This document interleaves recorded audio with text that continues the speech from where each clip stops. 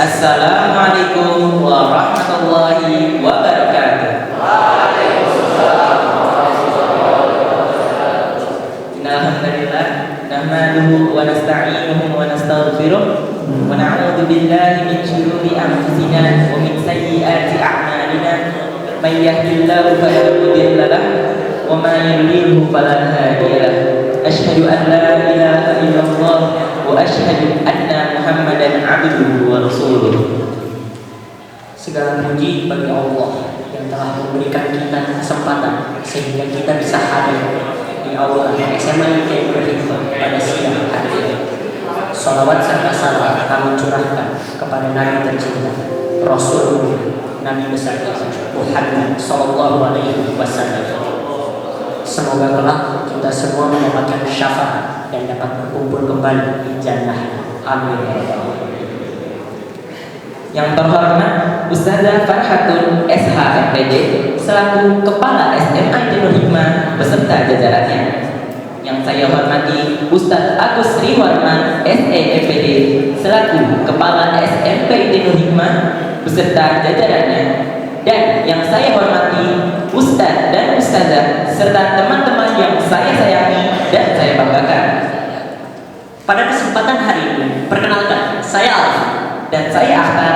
Kami selaku MC akan membuka acara pada siang hari ini, yaitu seminar remaja dan parenting yang bertemakan pentingnya pendidikan seks pada remaja.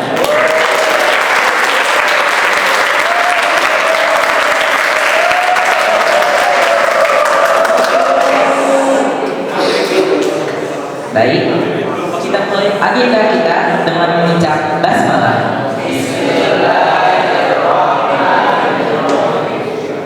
Sebelum kita memulai agenda kita pada hari ini, mari kita awali dengan pembacaan ayat suci Al-Quran yang akan dilantunkan oleh saudara kita Altaf Yazid Ahmadi.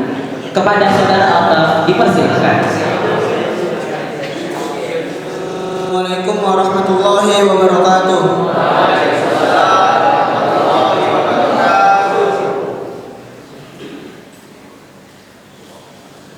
A'udzu billahi minasy syaithanir rajim. Bismillahirrahmanirrahim.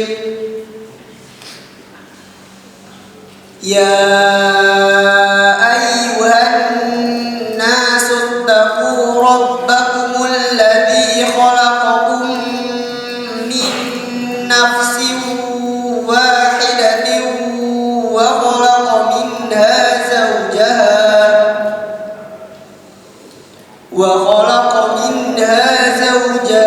wa batha minhuma rijalan katsiran wa nisaa wattaqullaha alladzi tasaaluna bihi wal arham innallaha kana 'alaikum raqiba wa atul yatama amwalahum wa la tatabaddalul khabitha bit thayyib wa la ta'kulu amwalahum ila amwalikum innahu kana huban kabira wa in khiftum alla tuqsitu fil yatama fankihu ma qaba lakum minan nisa'i mathna wa thulatha wa ruba' fa in khiftum alla ta'dilu fawahidatan aw ma malakat aymanukum dzalika adna alla ta'ulu wa atun nisaa sadaqatihinna nihlah فإن طبن لكم عن شيء منه نفسا فكلوه هنيئا مريئا ولا تؤتوا السفهاء أموالكم التي جعل الله لكم قياما وارزقوهم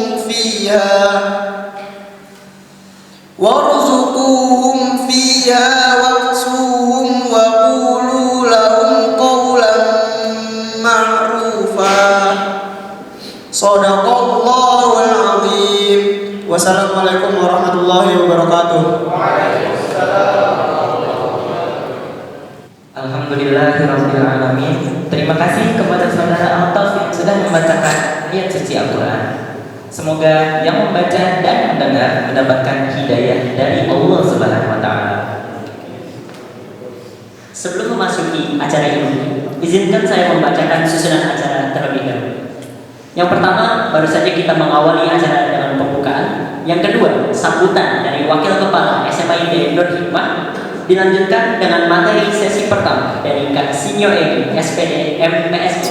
Diikuti dengan tanya jawab, lalu akan ada ice breaking. Dan dilanjutkan kembali dengan materi sesi kedua dari Dr. Dewi Inong Iran, SPKK, FIN, SIB, FAAB. Diikuti dengan sesi tanya jawab dan diakhiri dengan doa. Selanjutnya, mari kita dengarkan sambutan dari Wakil Kepala SMA ITB Hikmah, yaitu Ustadz Fatah Firdaus MPD. Kepada Ustadz Fatah dipersilahkan. Kepada Ustadz Fatah atas sambutannya. Tidak usah berlama-lama lagi, mari kita masuk ke acara ini yang akan dibawakan oleh pemateri kita, yaitu Kak Sinyo Egi, SPD, MSI. Sebelumnya, izinkan saya membacakan CV dari Kak Sinyo.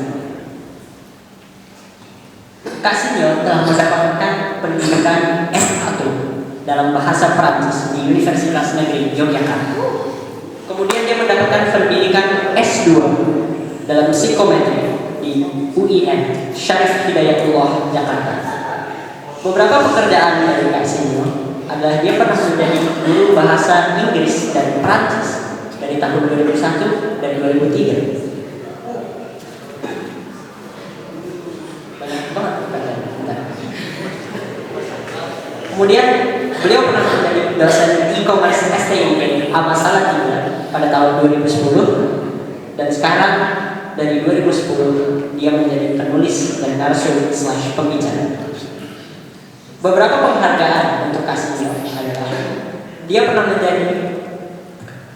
mendapatkan juara 2 lomba menulis cerpen anak Syamil Quran 2014. Dia pernah mendapatkan bestseller 2017 penerbit Gema Insan untuk buku Lu Gue Butuh Tahu LGBT.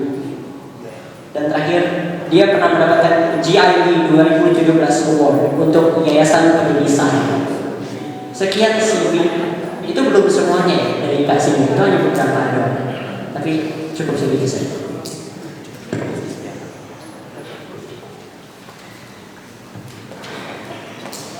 Bismillahirrahmanirrahim. Assalamualaikum warahmatullahi wabarakatuh. Alhamdulillah, nahmaduhu wa nasta'inuhu wa nastaghfiruh wa na'udzu billahi min shururi anfusina wa min sayyiati a'malina. May yahdihillahu fala mudilla lahu wa may yudlil fala hadiya lahu. Asyhadu an la ilaha illallah wahdahu la syarika lahu wa asyhadu anna Muhammadan abduhu wa rasuluhu la nabiyya ba'da.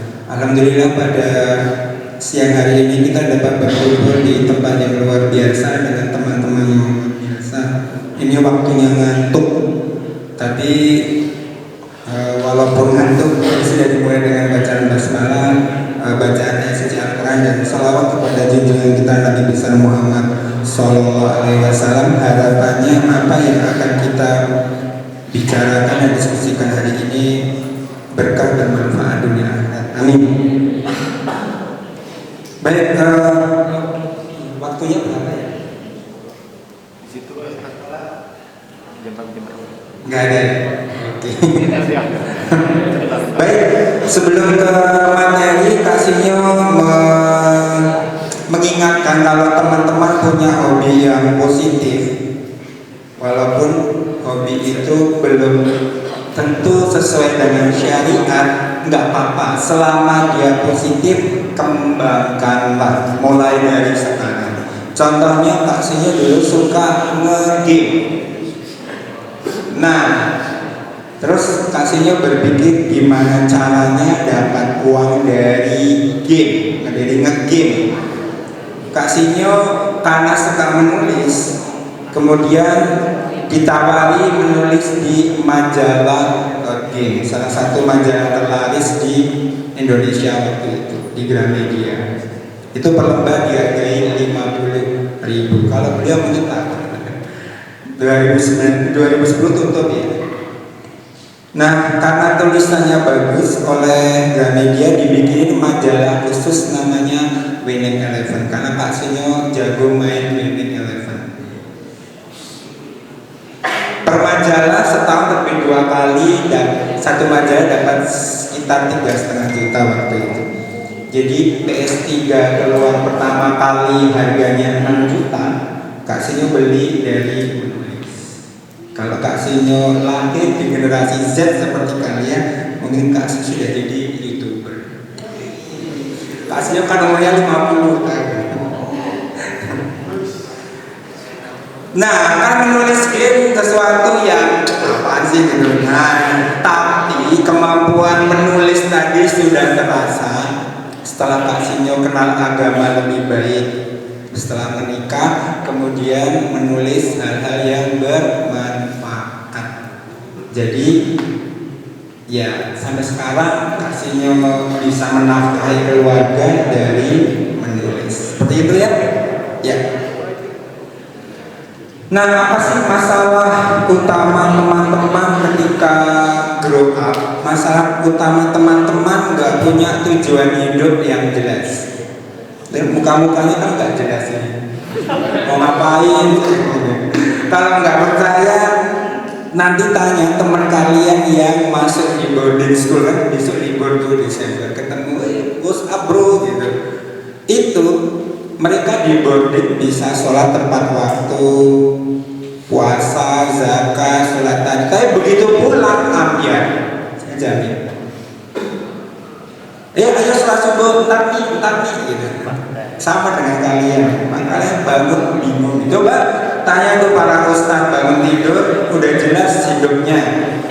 Sholat tahajud, sholat subuh, bikin teh, ladala sudah jelas. Kenapa? Karena tujuan hidupnya jelas. Kasihnya kasih gambaran biar kalian mudah menangkapnya. Misalnya kita mau main ke Balai Kota Surabaya, kan jelas tujuan kita Balai Kota Surabaya. Mau naik apapun, naik bus monggo, naik kereta api eksekutif boleh, naik pesawat silakan. Mau naik apapun, step-stepnya jelas, langkah-langkahnya jelas. Pastinya saya mau naik kereta api eksekutif, buka Traveloka atau tiket.com, Gambir Surabaya. Terus dari sini naik Gokar, Grabcar atau mobil pribadi sampai ke Gambir. Sampai di Gambir nunggu cetak atau pakai face recognition dan sebagainya. Selesai sampai di Gambir, jelas langkah-langkahnya. Kenapa? Tujuan kalian jelas. Nah, bagaimana teman-teman ingin membuat langkah-langkah ini sementara nggak punya yang merah-merah? Jangankan yang kelas 9, kelas 10, nanti ketemu abang kalian kelas 12, bang habis lulus mau ngapain? Bingung dia lulus mau ngapain. Masuk mana ya? ITB, UGM, mau jurusan apa ya? Banyak lulusan ITB begitu lulus kerja jadi pegawai bank. Padahal pas di IPB ngurusin pertanian, kerjanya di bank. Kenapa ya? Tadi sejak awal nggak punya tujuan hidup yang jelas. Setelah kenapa kalian bangun tidur pasti pegang HP? Lihat dulu. Arsenal malah enggak ya? Nah, kenapa hal itu bisa terjadi? Karena dimulai dari kedua orang tua.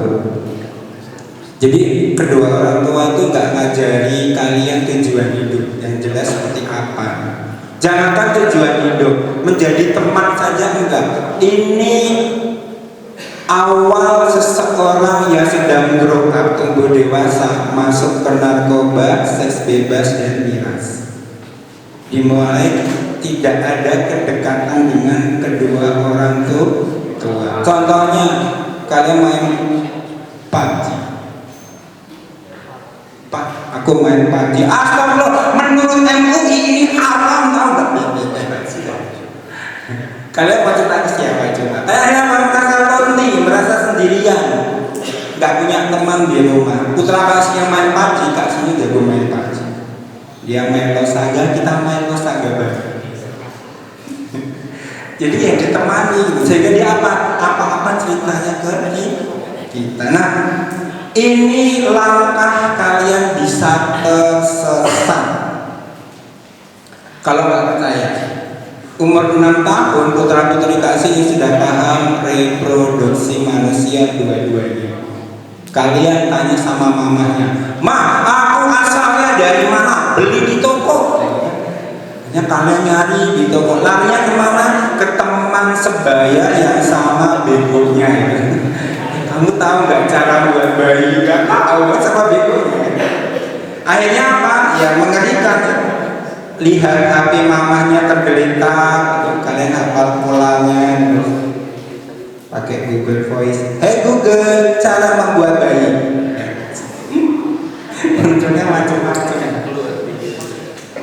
Ya ini mudah tersesat. Apalagi ada internet yang mengerikan isinya, yang sering berbenturan dengan nilai-nilai agama. Kenapa? Metode ilmiah yang dikembangkan oleh orang Amerika, Eropa, Jepang itu nggak memasukkan nilai-nilai agama di dalamnya, sehingga apa? Terjadi perbenturan. Kalian akhirnya apa? Pilih yang enak-enak. Kalau nggak percaya, nih para ustadz mengajarkannya, kalian nggak boleh coli, onani, masturbasi, haram.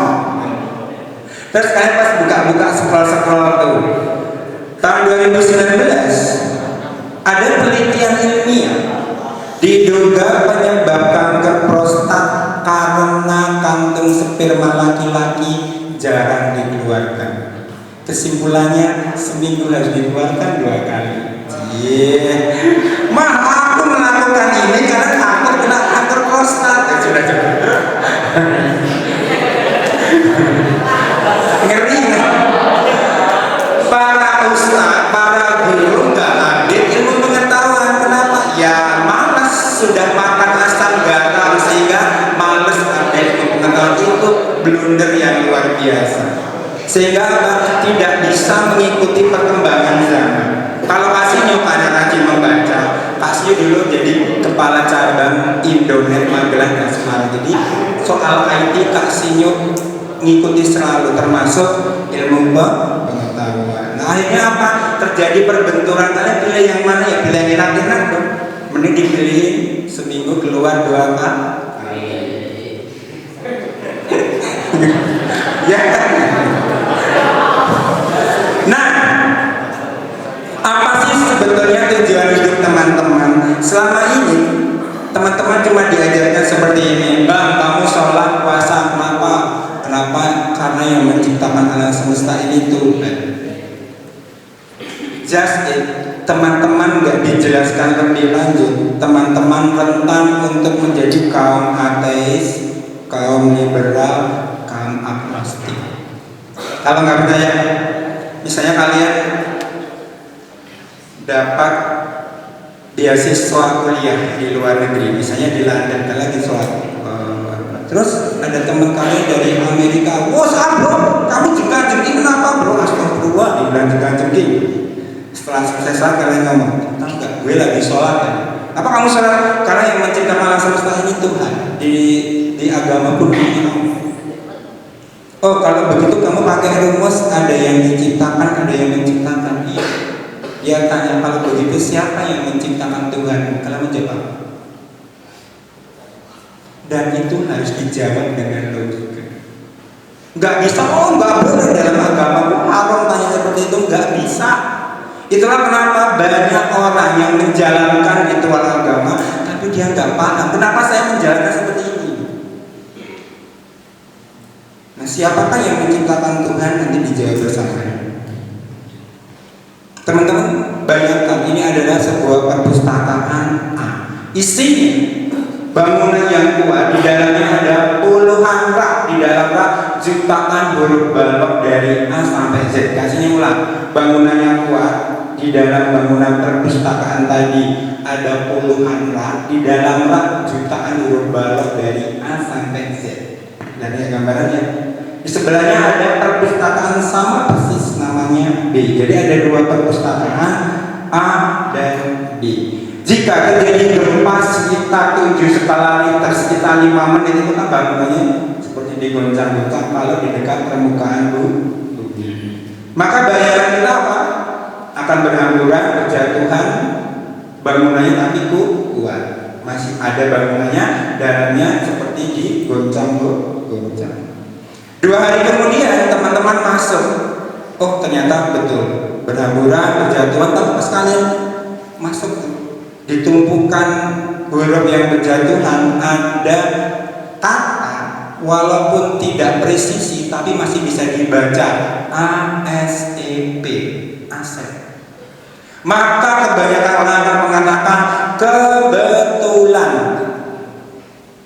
Kasihnya pas terjadi gempa, kebetulan hurufnya jatuhnya ASEP. Betul seperti itu. Kemudian kita pindah ke perpustakaan B. Kita dibuat tercengang, dibuat wow, kenapa sudah tersusun rapi, bersih. Bahkan jutaan huruf balok tadi sudah membentuk karya novel Tireli. Welcome to library. Di tembok sebelah kanan bab 1, bab 2, bab 3 sampai di ujung perpustakaan selesai sebuah novel. Apakah teman-teman masih mengatakan kebetulan? Kasihnya 2 hari ini ada yang mendesain, ada yang mengkreat, ada yang membuat. Itulah alam semesta. Alam semesta itu presisinya luar biasa. Kok ada yang mengatakan kebetulan, gobloknya luar biasa. Kalau nggak percaya, saya kasih contoh 3 saja, only 3. Yang pertama, andaikan di dunia ini tidak ada bakteri pengurai, bakteri yang menguraikan jasad manusia, hewan, tumbuh-tumbuhan, dalam waktu 2-3 bulan ada tumbukan jasad lalat setinggi 1-2 cm di seluruh permukaan bumi. Itu baru alam, belum yang lain. Kira-kira dunia bisa dihuni enggak? Masih nggak percaya teman-teman kalau keluar dicilok-cilok, matanya kena debu, matanya mengeluarkan apa? Itu kalau kita nggak punya air mata, itu mekanismenya luar biasa. Itu teman-teman buta sejak lahir. Begitu lahir kena debu, nggak keluar air matanya, matanya lama-lama buram seperti intan yang menggores-gores kaca atau cermin. Masih nggak percaya? Ini laki semua kan, nggak ada yang perempuan tuh. Perangkatnya sama tuh. Nanti malam bareng-bareng di rumah jam 9 makan, sepakat beli kue, katakanlah di Indomaret kue. Jam 9 teng makan nyam. Pertanyaannya, kok bisa buang hajatnya berbeda-beda? Bayangkan pencipta alam semesta ini membuat kita buang hajat jam 7 pagi seluruh manusia. Kira-kira kalian mau buang hajat di mana? Walaupun di sini toiletnya nggak ideal, misalnya 1:10 itu bisa gantian gitu. Itu luar biasa. Jadi presisinya alam semesta ini seperti perpustakaan B, nggak ada celah sama sekali untuk mengatakan ini nggak mungkin. Kebanyakan sekarang bukan orang ateis, kebanyakan orang agnostik, orang yang percaya Tuhan, tapi Tuhannya bingung yang mana. Apakah Yesus, Buddha, Hindu atau siapa? Salah satu orang terkenal yang agnostik siapa dia? Iya, Albert Einstein.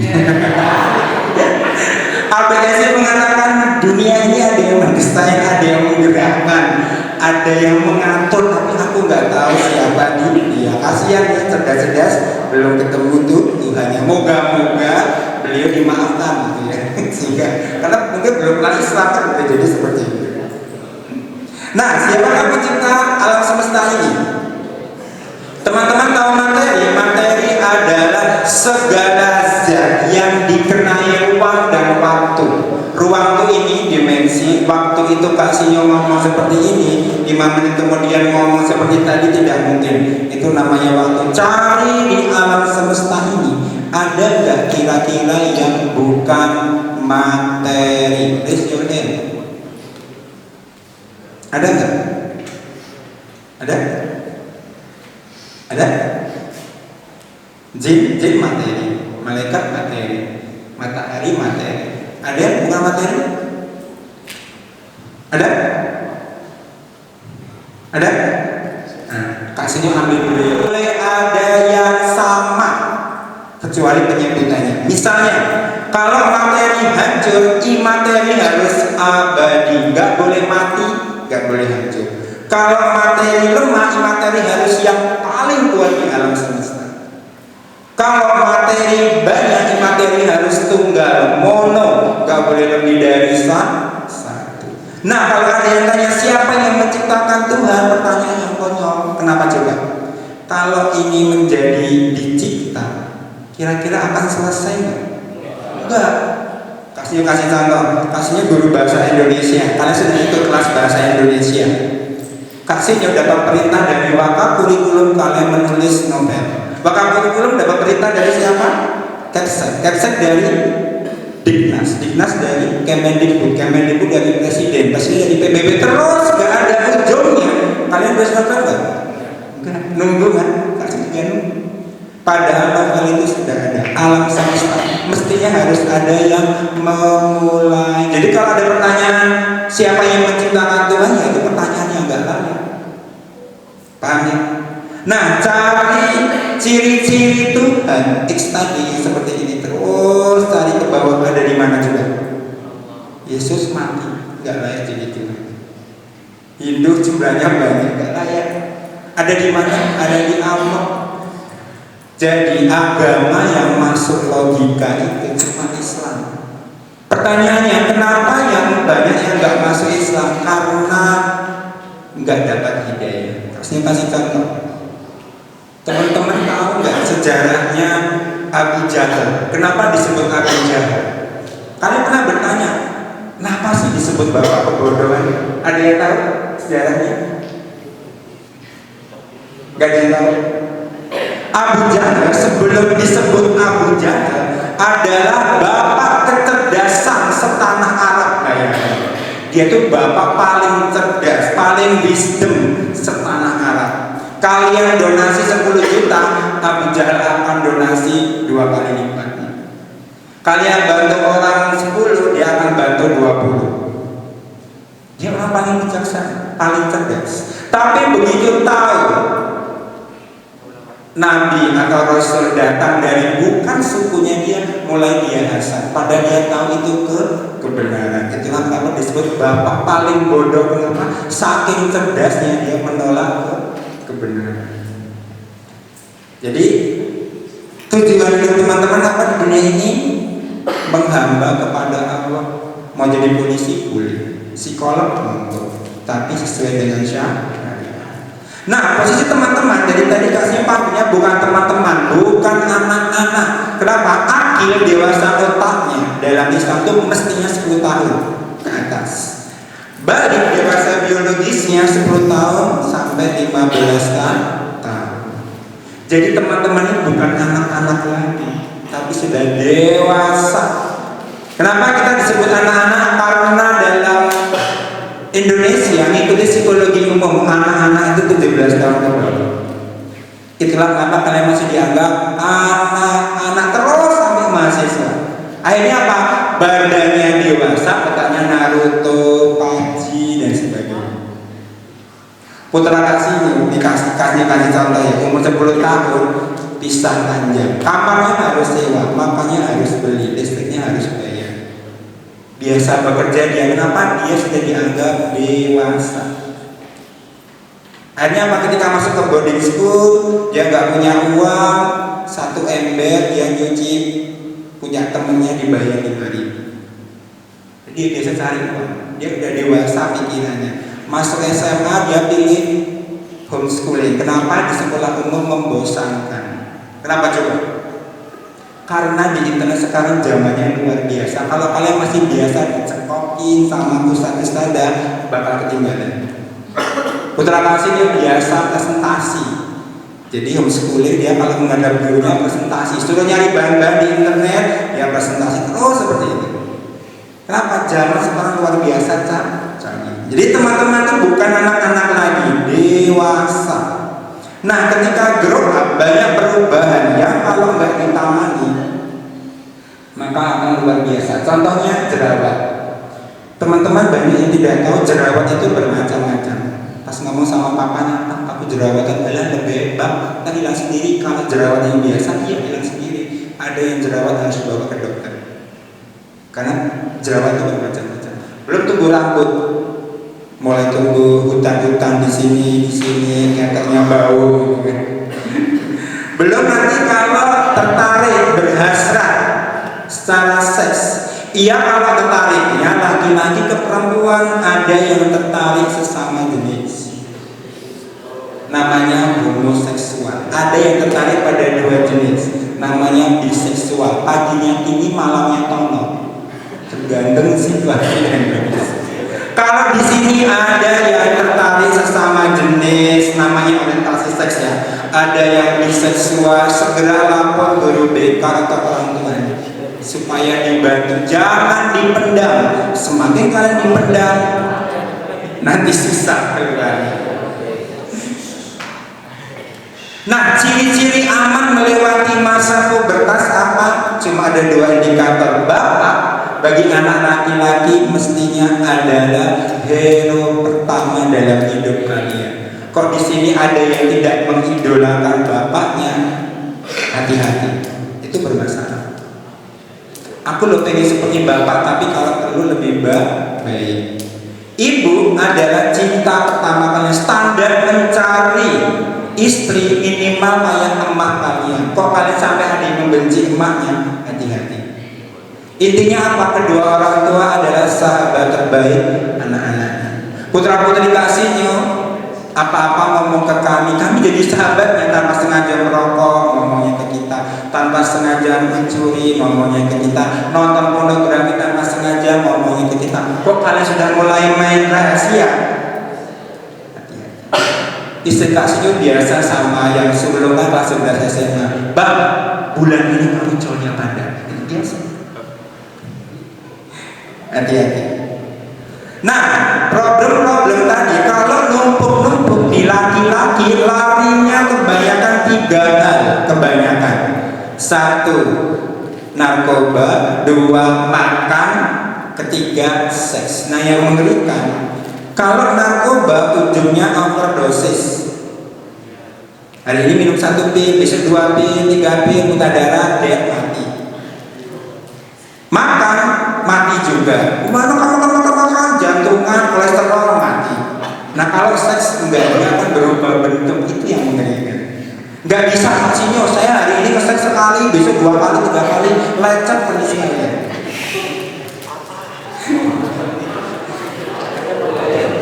Nah, walaupun teman-teman bukan dari keluarga yang tidak ideal, kalau mendapatkan lingkungan yang ideal, insya Allah akan mengikuti yang baik-baik.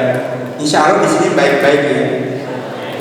Kalau ada yang nonton pornografi, bang, boleh nonton pornografi haram. Di luar sana, ayo bang, no bang.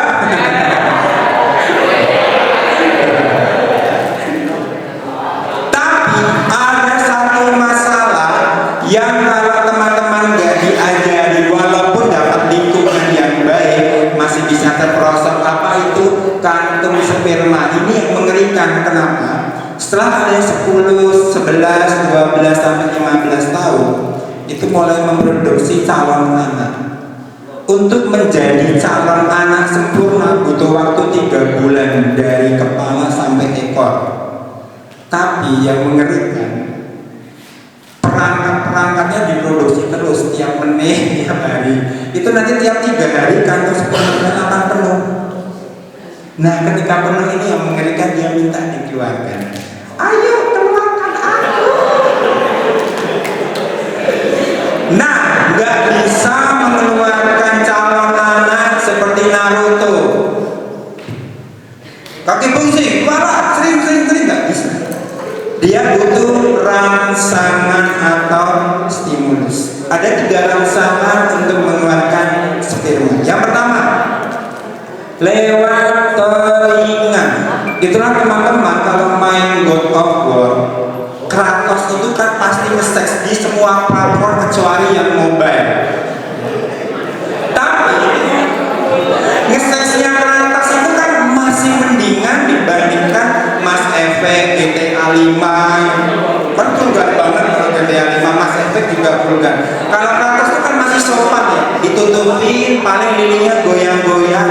Nah, pas kalian mendengar suara mbaknya terengah-engah, maka penis kalian akan terisi darah, namanya ereksi.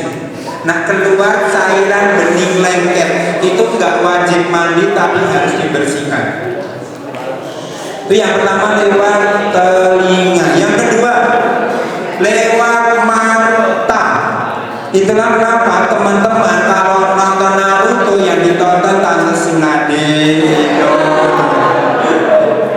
yang ininya gede-gede. Kalau main point blank yang diberi tangan telah. Itulah kenapa kalau ini kalau mereka main PUBG yang dipilih karakter yang mbak-mbak. Kenapa? Pas pertama kali kan cuma pakai daleman, Ustaz. Itu pengabangan dulu biar sampai terlalu. Kalau main Mobile Legends jadi pilih yang mbak-mbak seksi-seksi. Dan yang ketiga, meraba. Nah, gak boleh nih misalnya lagi di masjid, kan kalian silat, terus boleh gak aku tidur di pangkuan? Gak boleh. Kenapa? Itu merangsang. Serius. Jadi kalian kan tidur di pangkuan bisa terangsang.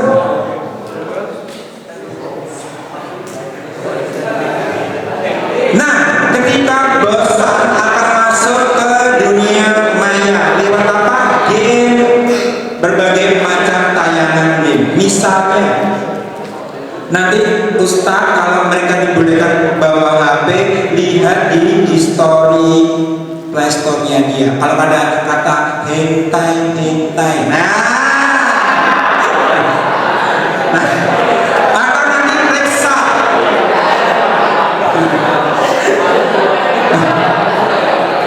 Bosan mulai masuk ke pornografi. Nanti Ustaz kalau boleh pegang HP-nya mereka, boleh pegang laptopnya mereka, cari ikon kalau ada VPN booster, nah, atau Playboy, nah, mana ini ya, ini server pornografi, ini Singapura, ini Indonesia. Kita ketika mau akses pornografi ke sini diblok oleh namanya Asosiasi Penyedia Jasa Internet (APJJI). Nah, ketika pakai VPN, kalian itu seakan-akan menjadi orang Singapura. Kenapa di Singapura dibolehkan? Jadi ya banyak orang tua yang nggak tahu ini. Bosan nonton pornografi, mulai kalian coli, onani, masturbasi, vape, membuang sperma secara manual lewat tangan, lewat pakai guling, bantal, shower, roti dan sebagainya. Iya, roti tawar dilubang.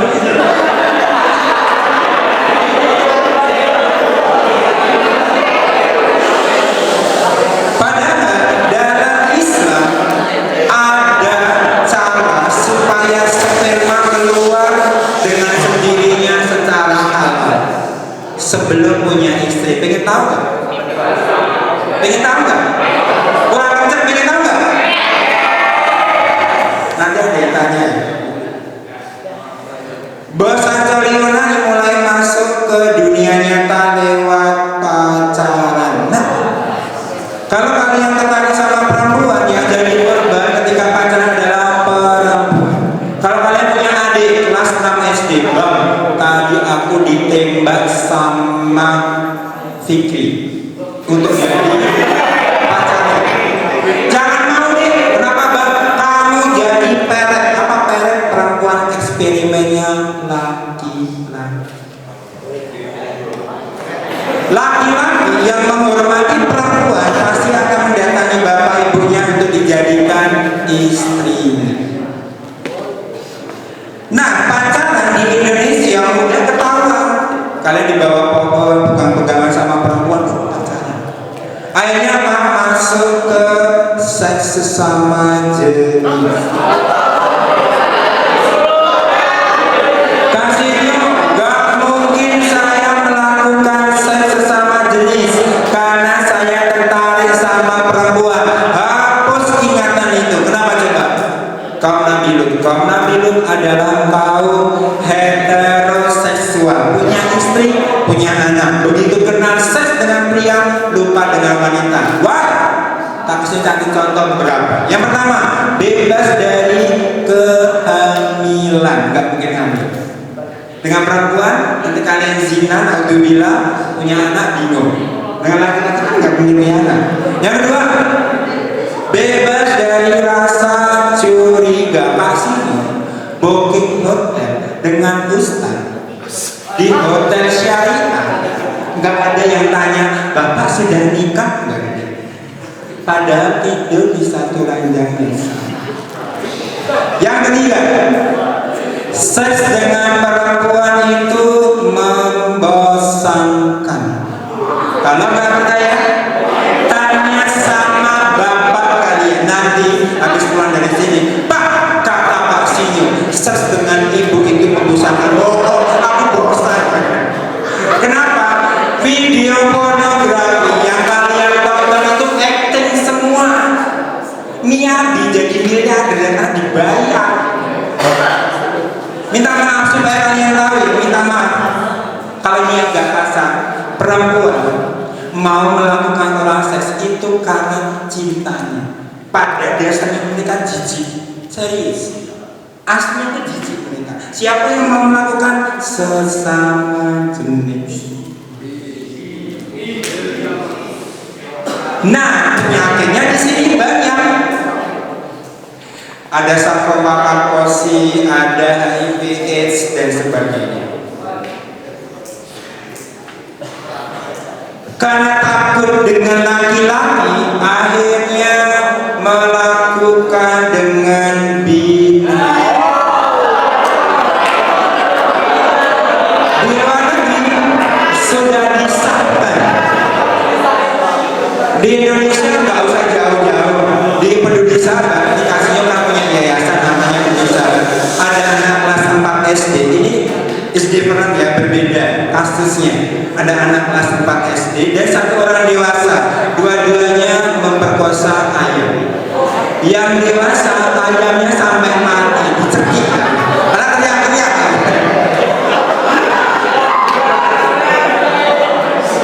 Takut dengan binatang, akhirnya masuk ke benda-benda. Namanya fetis. Ini tertarik sama menara Eiffel. Jadi kalau lihat menara Eiffel saat ini. Nah, sekarang banyak generasi Z yang tertarik sama tokoh karakter di animasi.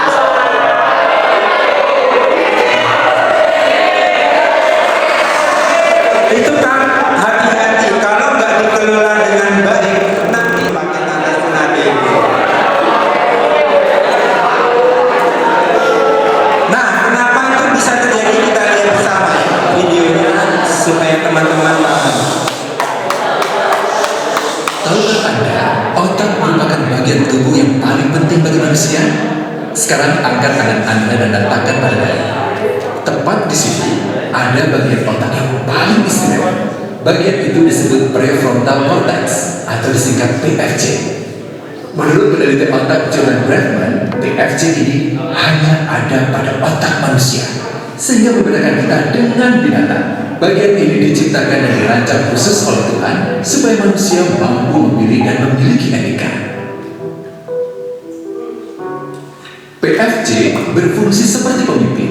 Ia bertanggung jawab untuk berkonsentrasi, memahami benar dan salah, mengendalikan diri, menunda kepuasan, berpikir kritis, dan merencanakan masa depan. PFC adalah pusat pertimbangan dan pengambilan keputusan. PFC inilah yang membentuk kepribadian dan perilaku sosial. Sayangnya, PFC adalah bagian otak yang paling mudah mengalami kerusakan. Jika PFC rusak, maka kepribadian orang bisa berubah. Rusaknya PFC bisa disebabkan oleh benturan fisik, bisa juga oleh zat kimia seperti narkotika, psikotropika, dan zat adiktif atau nafsa. Dan ternyata penyebab paling merusak juga pornografi yang disebut narkotika lewat mata. Bagaimana pornografi mempengaruhi otak dan pikiran kita? Adi, remaja 12 tahun, melihat gambar di TV yang menjurus ke porno. Awalnya, ia merasa kaget dan jijik. Ini karena sistem limbik di otak Adi menjadi aktif. Sistem limbik mengatur emosi juga keinginan makan, minum, dan berhubungan seksual. Sistem limbik ini kemudian mengaktifkan zat kimia otak bernama dopamin.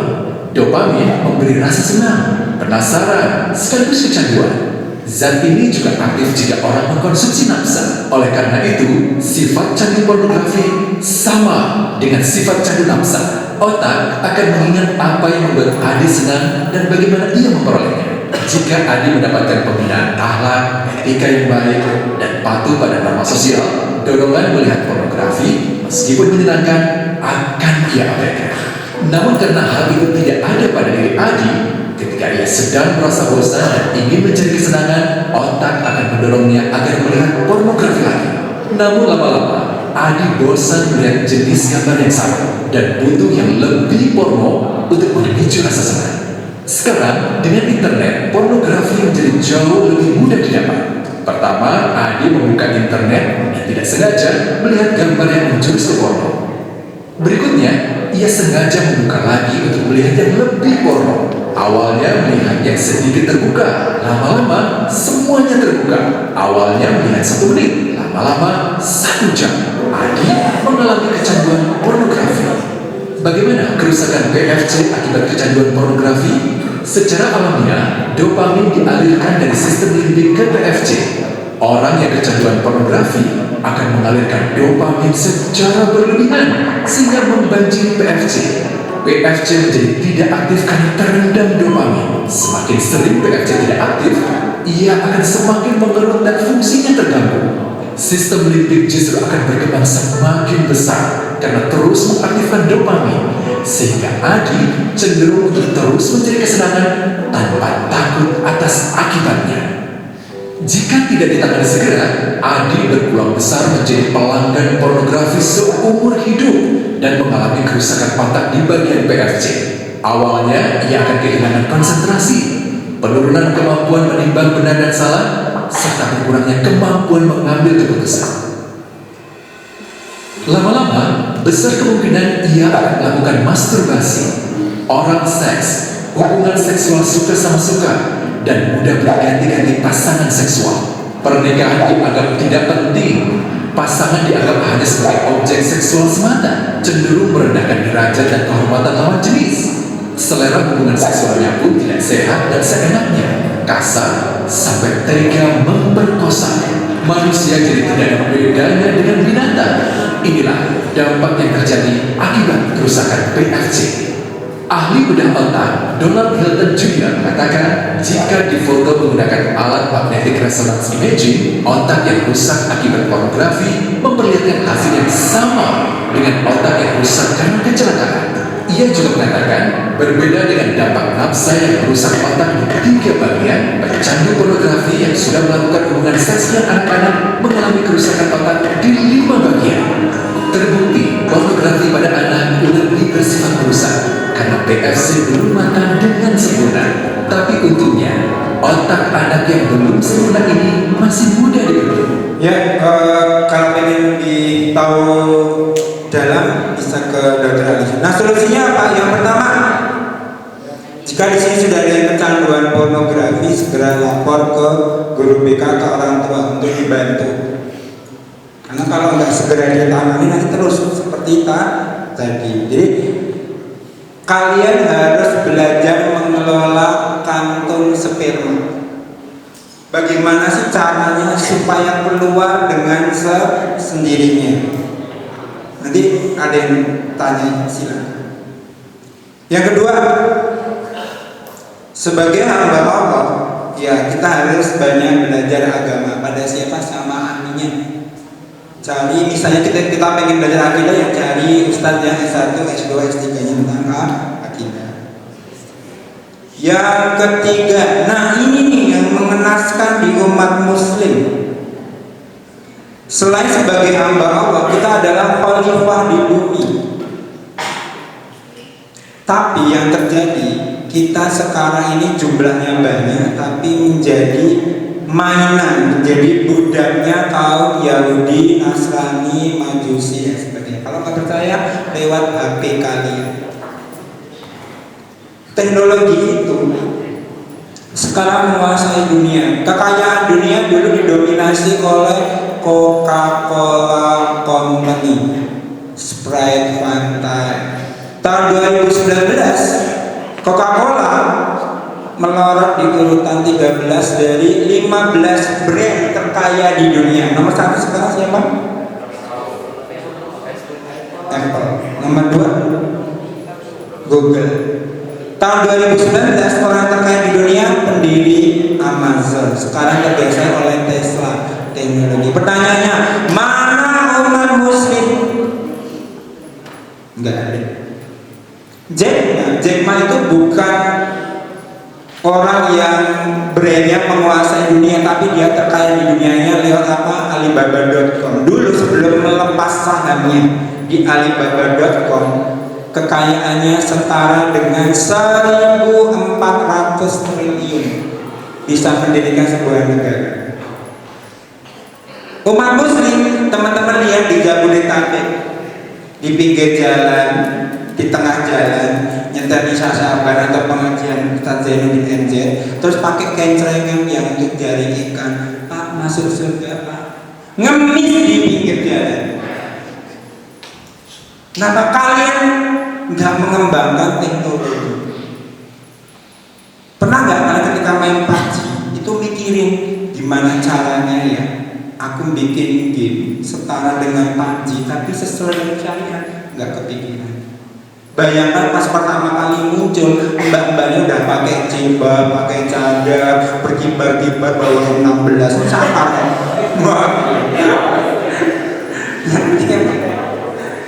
Ada yang waktu itu dari Indonesia ya, sempat menjadi top hit, menjadi nomor 1 number 1 download di Play Store game Amerika. Itu game hantu-hantu, mbak-mbaknya semok-semok, pakai hantu itu, pakai senter.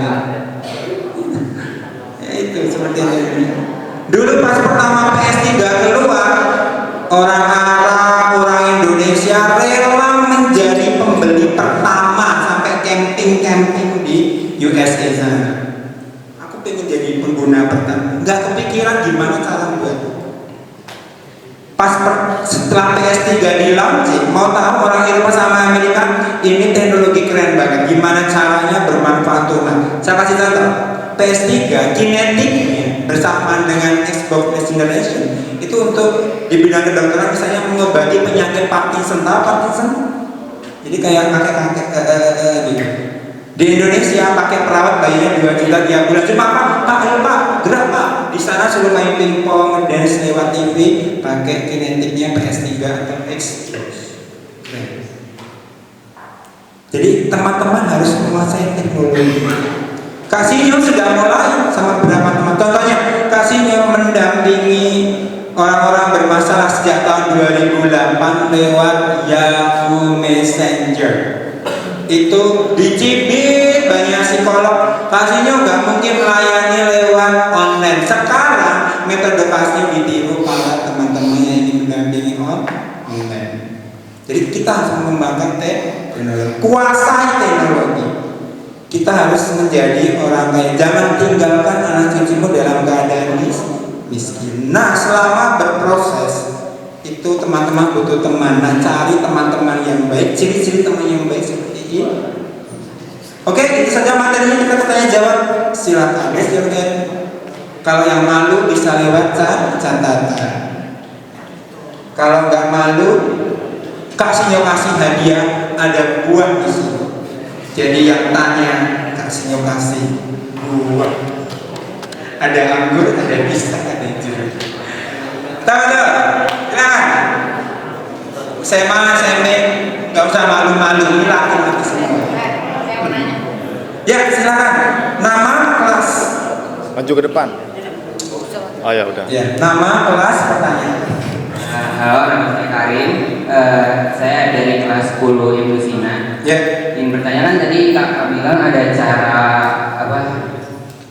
otomatis gitu mengeluarkan ini. Nah itu gimana caranya sebenarnya? Ya, silakan kakak mau pilih yang mana? Mau pisang boleh? Nggak apa-apa, harus. Silakan mau ambil apa? Ya. Baik. Yang pertama kita harus tahu dulu apa sih akibatnya kalau negatifnya kalau coli, onani, masturbasi, harus tahu dulu. Kasihnya akan menjelaskan baik secara agama maupun pengetahuan. Kenapa? Dua-duanya harus dipelajari. Karena tadi metode ilmiah ini nggak memasukkan agama. Seharusnya metode ilmiah akan mengikuti Islam. Tapi karena peneliti Islam belum banyak, akhirnya kita harus dua-duanya belajar. Yang pertama, secara agama ada 3 pendapat tentang onani, coli atau masturbasi atau vape, dan 1 extended tambahan. Yang pertama, sebagian besar ulama, jumhur ulama mengharamkan. Ini sebaiknya yang diambil. Kenapa? Secara biologis sperma ini protein yang tinggi. Bahkan di Eropa dan Amerika itu digunakan untuk masker, untuk skincare. Jadi, mosok kalian punya sesuatu yang bermanfaat dibuang-buang itu kan enggak. Teman-teman punya laptop harganya 50 juta, masa mau dikasih kan enggak? Pasti dipertahankan. Yang kedua, ada sebagian kecil ulama membolehkan, contohnya Imam Ahmad. Yang ketiga, ada sebagian ulama memakruhkan. Nah, yang keempat nih, ada yang mewajibkan. Ya, sekarang saya pilih yang wajib. Dilihat dulu hukum dasarnya. Hukum dasarnya tetap haram, tapi ketika ada 2 mudarat, maka kita wajib mengambil mudarat yang paling ringan. Misalnya kakak lagi dapat beasiswa di London tadi, terus di sampingnya ada mbak-mbak yang sudah ayo setubuhi aku, kakak sudah nggak kuat, maka coli menjadi wajib. Paham?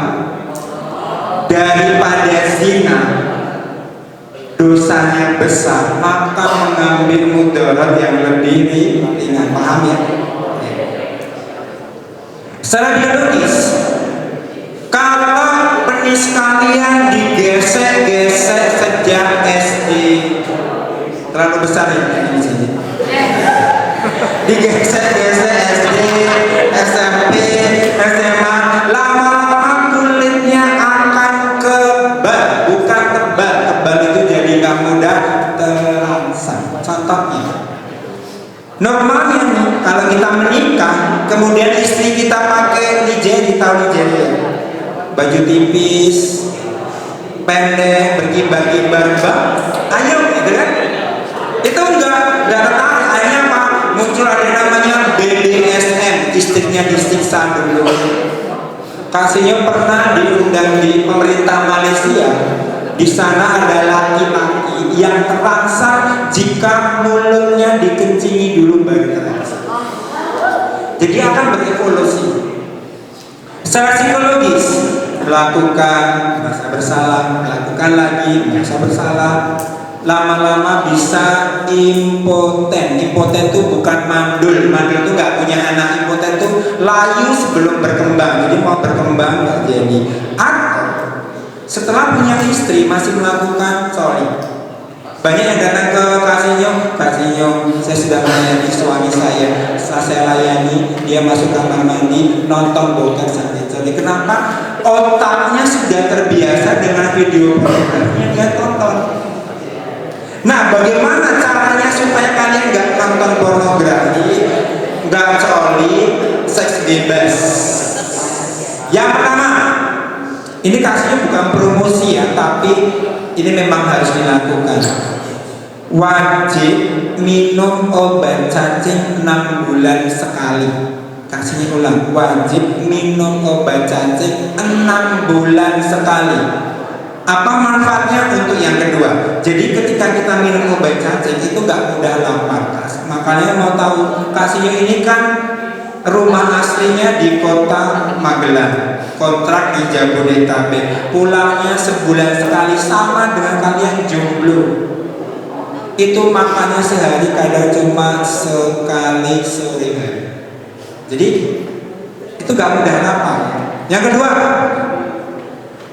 Rasulullah berpesan kalau kalian belum sanggup nikah, puasa. Pesan Rasulullah. Secara biologis, tubuh ini kalau lapar akan memilih lapar daripada libido kita. Kalau nggak percaya teman-teman puasa, besok kan Kamis puasa. Pas menjelang maghrib, di sebelah kanan makanan minuman yang kalian sukai, sebelah kiri perempuan yang kalian cintai tanpa sehelai benang. Kalian pilih yang mana dulu? Pasti makan minum dulu. Habis itu sekolah guys, kan belum halal. Ketahuan kan Ustaz? Memang harus semua.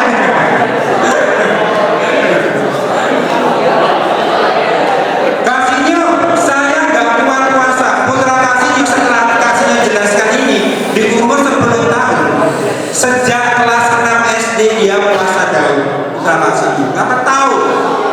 Kemampuan spermanya itu dia tahu. Hanya apa puasa daun sehari puasa sehari buka. Kalau kalian nggak mampu puasa daun, makannya maksimal 2 kali. Pagi makan, siang minum jus atau makan buah, sore makan. Atau kalau pagi minum susu, siangnya makan, maksimal jam 7 malam baru makan. Kalau nggak percaya nanti praktekin. Orang kalau lapar, ya boro-boro mikirin seks ya, mau melangkah, mau sudah lemes. Yang ketiga, bagaimana supaya bisa keluar dengan sendirinya? Dalam Islam, pemuda disuruh banyak olahraga, memanah, berkuda, berenang. Secara biologis, ketika kita banyak olahraga itu membakar protein untuk dijadikan energi. Salah satu sumber protein adalah kantung sperma. Dia akan diambil sebagian untuk diolah menjadi energi, dibakar sperma kita. Lewat apa? Olahraga. Sebelum tidur 15 menit, 20 menit duduk push up, tidurnya. Nah, pas tidur kita nyata capek akan keluar dengan sendirinya. Minimal 1 kali dalam sebulan, 2 bulan atau 3 bulan. Minimal akan keluar dengan sendirinya. Kasihnya mah gampang. Di sini yang udah biasa tadi gampang ciri-cirinya. Yang pertama, kok di usia SD, SMP tiba-tiba di kamar mandi 15 menit, 20 menit itu pasti coli. Yang kedua, kok gak pernah mimpi basah dalam waktu sebulan, 2 bulan, 3 bulan, gak pernah mimpi basah sama sekali. Ya dia sudah dibuang manual. Jadi dia akan keluar dengan sendirinya. Harus ada mimpinya, kadang ada mimpi, kadang tidak. Hati-hati. Kalau ada mimpinya, lihat, biasanya ada sosok. Kalau kalian 10 kali mimpi, gak harus nge-seks ya. 8 kali isinya ustaz atau laki-laki, 2 kali perempuan, maka kalian homoseksual, paham? Mestinya kalau kalian tertarik sama perempuan, isinya kebanyakan perempuan. Sesekali dengan ustaz gak apa-apa. Misalnya pas mau keluar kok ada ustaz lewat, nah itu masih gak apa-apa. Tapi kok tiap hari kok yang keluar ustaz,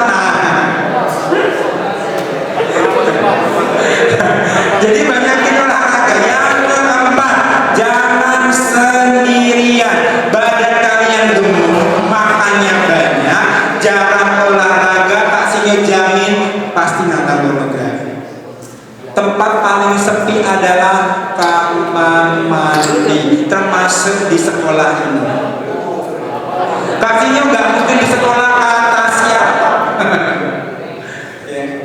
Itu nanti ya Bayu, air, dinding-dinding jadi saksi bagi kalian. Gitu ya. Jadi yang pertama minum obat cacing, yang kedua kurangi asupan makan bukan asupan gizi ya. Kurangi, pokoknya dikit lapar. Kasihnya ini makanya cuma sehari masih gemuk. Kenapa minum obat cacing? Gak pernah lapar. Jadi kalau kita makan jadi daging. Terus yang ketiga banyakin olahraga. Pokoknya kalau bisa di sekolah sini sediakan kan di pojok-pojok yang untuk mukul-mukul itu disediakan. Aku lagi horny ya.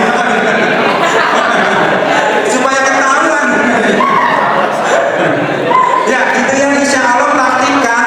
Nanti lihat sendiri deh, percaya kalau insya Allah akan lepas. Nah, lepas dari pornografi nggak bisa tiba-tiba, nggak bisa. Misalnya habis acara ikut ini kemudian besok tiba-tiba jadi nggak nonton, nggak bisa. Dia butuh proses. Nah harus dihitung. Misalnya Abang Januari nonton, Februari, Maret nonton, hopes apa nonton terus, coli terus, tapi harus dihitung. Abang Januari nonton berapa kali? 30 kali. Astagfirullah. Kalau bisa Februari 25 ya, itu ulangi terus, lama-lama hilang DM, ya. Nah spesies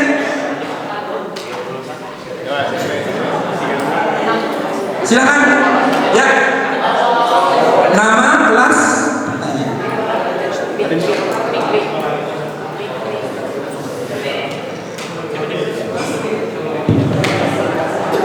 Nama saya Jauhul Muhammad dari kelas Data Fases. Pertama yang gampang, nanti itu pas sudah dewasa lebih berat ya rasanya. Kalau sekarang kan masih kayak bisa lah enggak gitu, tapi kalau berat ya, ya lebih berat. Silakan. Ini ada lagi yang kedua. Terus ya. Kalau biasanya suka ngeliatin yang begitu kan nanti suka dibobo mikir yang halu-halu nggak jelas gitu, itu gimana tuh cara? Ya. Overthinking. Halu-halu. Ya halu-halu. Tapi cewek. Ya. Ya, silakan ambil.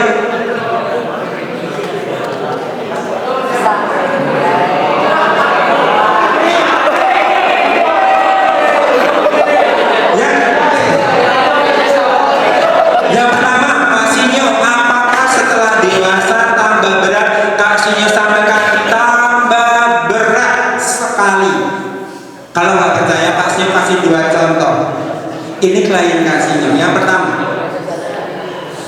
kalian dibawa ke hotel bintang 4, bintang 5, bukan kos-kosan ecek-ecek, enggak, hotel bintang 4, bintang 5. Terus kalian cuma disuruh tidur, spermanya dikeluarkan pakai mulut oleh sesama jenis.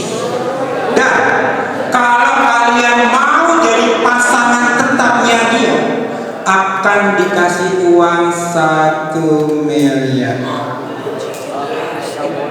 Saya ingin tahu jawaban kalian. 1 miliar guys. Sekarang cari kerjaan susah. Kalau nggak percaya tanya Pak Ustaz. UMR Bekasi katakanlah 5 juta. Udah buat makan susah, capek-capek panas. Kita kalau main PSK ya, kasihnya nih misalnya laki-laki pengen nyewa PSK, kasihnya yang bayar. Terus kita booking tempat dan yang aktif. Itu kita cuma saja aja, sperma kita dikeluarkan dapat duit. Jadi urusannya bukan sekedar seks, tapi sudah ke ekonomi. Masih nggak percaya? Yang kedua, dia sedang ambil S2 di Bandung. Istrinya ditinggal di Jakarta, anaknya 1. Kodarullahnya dia lagi bokeh. Akhirnya buka jasa sleep call. Apa sleep call? Nemenin tidur. Bukan nemenin tidur di ranjang, enggak. Ngobrol-ngobrol di kafe sampai dia ngantuk. Jadi nggak ngapa-ngapain, cuma ngobrol-ngobrol udah ngantuk. Dibayar sekali pertemuan 500.000. Nah, dia buka jasa untuk yang laki-laki. Kenapa? Kalau dengan perempuan nanti dikira selingkuh, betul kan? Akhirnya buka yang laki-laki. Nah, pas ketemu, bang, mau nggak aku oral seks tambah 200.000? Bang, kalau kamu mau menyodomi aku tambah 300.000. Satu malam 1 juta, guys. Sebulan dapat kali 8 juta. Jadi masalahnya bukan sekedar seks. Jadi kakak terbayang kedepannya. Kasihnya punya teman namanya Dr. Armen dari Padang. Dia punya klien yang sudah kena HIV. Dia pemuda dari Padang. Orang Padang itu laki-laki harus keluar dari daerahnya. Sampai di Jakarta dia bingung. Kenapa nyari kerjaan susah, nggak dapat hanya apa? Disodomi. Jadi waria. Ya. Jadi mau tahu waria paling mahal? Kenapa? Ekonomi.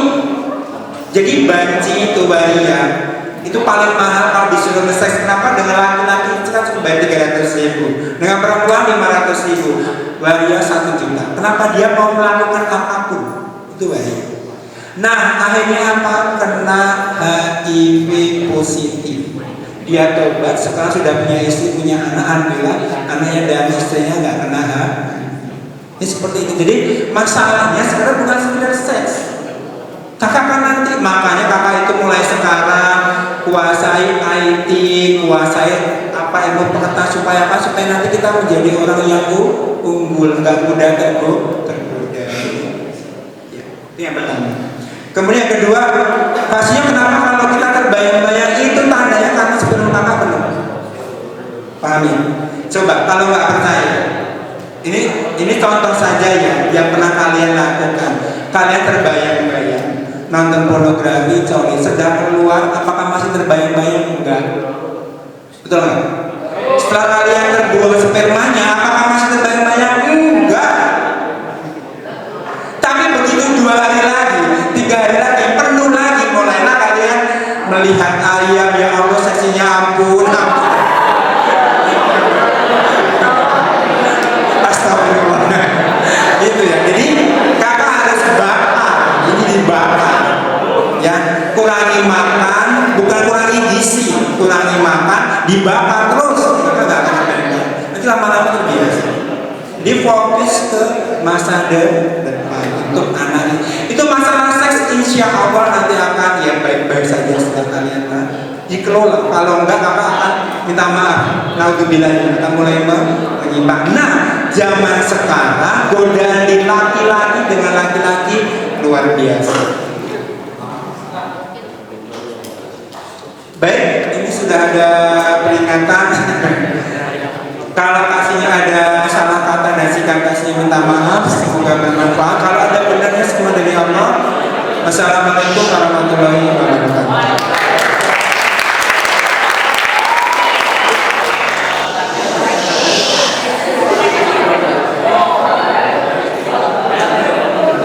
Terima kasih banyak kepada kasihnya.